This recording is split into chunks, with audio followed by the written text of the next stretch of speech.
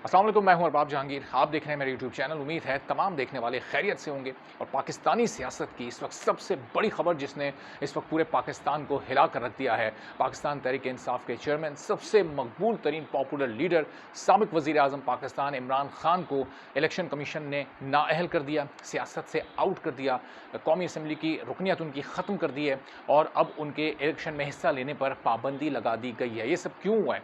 ये इमरान खान बहुत दिनों से बता रहे थे मुख्तलिफ जलसों में, तकरीबात में, खिताबात में, कि उनको टेक्निकल बुनियादों पर आउट करने की कोशिश की जा रही है, चूँकि सियासी मैदान में उनका मुकाबला करना मुमकिन नहीं है। अच्छा, इस फैसले की थोड़ी सी मैं आपको तफसील ज़रा बता दूँ, फिर हम इमरान खान से मुताल्लिक़ गुफ्तगू करते हैं कि वो क्या क्या बता रहे थे और क्या क्या सही साबित हुआ, और किन किन लोगों के खिलाफ ये फैसला बहुत पहले आ जाना चाहिए था लेकिन अभी भी नहीं आ रहा, और चीफ इलेक्शन कमिश्नर किस तरह से जानिबदारी का मुजाहरा करते हुए इस वक्त चेयरमैन तहरीक इंसाफ को टारगेट किए हुए हैं। तो ये जो फैसला आया है, ये chief election commissioner Sikandar Sultan Raja की सरबराही में 4 रुकनी बेंच ने सुनाया है, जो कि तोशा खाना रेफरेंस को सुन रहा था।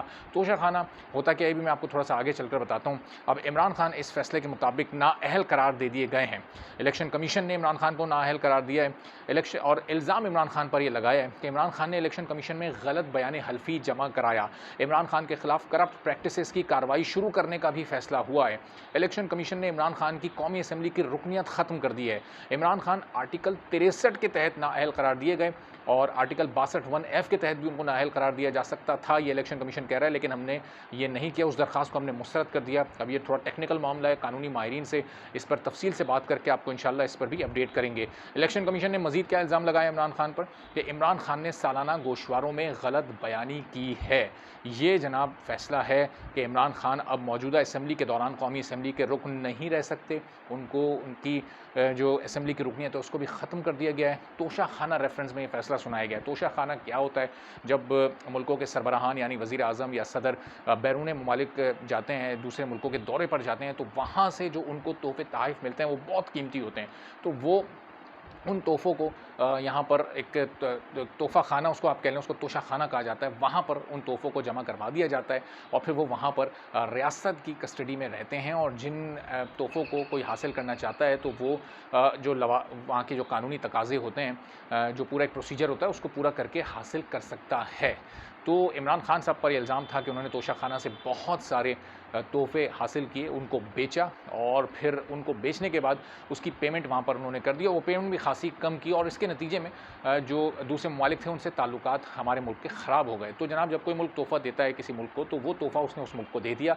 अब उसको उस तोहफ़े का क्या करना है, उस वक्त का जो सरबरा है वो कानूनी तरीका इख्तियार करते हुए उस तोहफ़े को हासिल कर सकता है, जो रिक्वायर्ड पेमेंट होती है वो करके ले सकता है। तो उसके बाद कोई वजह नहीं रह जाती कि दो ममालिक के आपस में इसके बाद ताल्लुकात ख़राब हों। अब जनाब, एक तो ये मामला हो गया।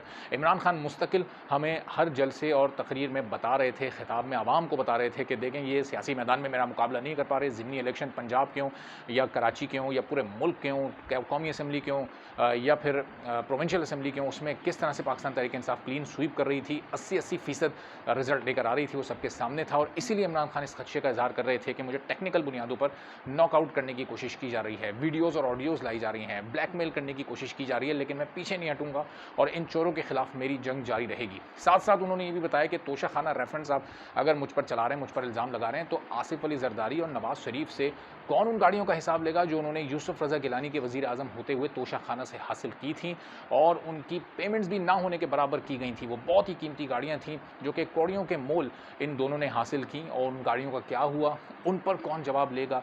चीफ इलेक्शन कमिश्नर को इमरान खान जानिबदार कह चुके हैं और उनको तो वो मरियम नवाज़ और हमज़ा शहबाज और मियाँ नवाज़ शरीफ के घर का मुलाजिम कह चुके हैं। सिकंदर सुल्तान राजा पर वो अदम एतमाद का इज़हार बहुत पहले से करते आ रहे हैं और इसकी वजह सिकंदर सुल्तान राजा के फ़ैसले हैं, इलेक्शन कमीशन के फ़ैसले हैं, इतने कमज़ोर फ़ैसले। और हमेशा पाकिस्तान तहरीक इंसाफ के फ़ैसले ये साबित करते हैं कि सिकंदर सुल्तान राजा किसी दबाव में हैं और किसी दबाव में रहकर वो ये तमाम फ़ैसले कर रहे हैं जो कि इमरान खान को सियासत से बाहर करने की कोशिश का हिस्सा हैं। अब एक अवामी इनकलाब आएगा, अब एक रद्द-ए-अमल सामने आएगा। आपको याद होगा रजीम चेंज जब हुआ था 10 अप्रैल को, जब इमरान खान की हुकूमत को गिराया गया था, किस तरह से लोग निकले थे बग़ैर किसी कॉल के, कैसे लोगों ने सड़कों पर मजमा लगा लिया था और उनका एक ही मुतालबा था, वो चाहते थे कि इमरान खान को फिर वज़ीर-ए-आज़म बनाए, ये हुकूमत दोबारा आए।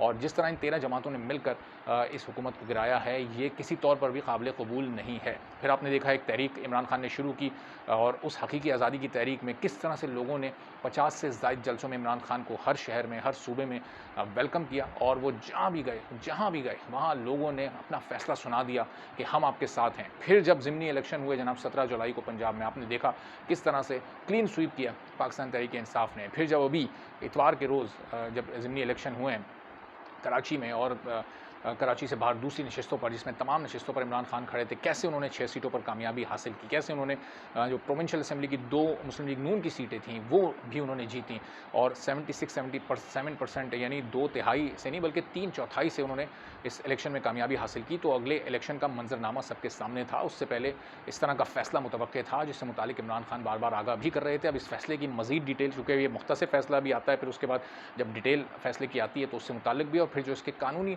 पॉइंट्स हैं वो भी किसी कानूनी माहिर से डिस्कस करके और फिर इंशाल्लाह आपकी खिदमत में हम मज़ीद उसकी डिटेल में लेकर आता हूँ।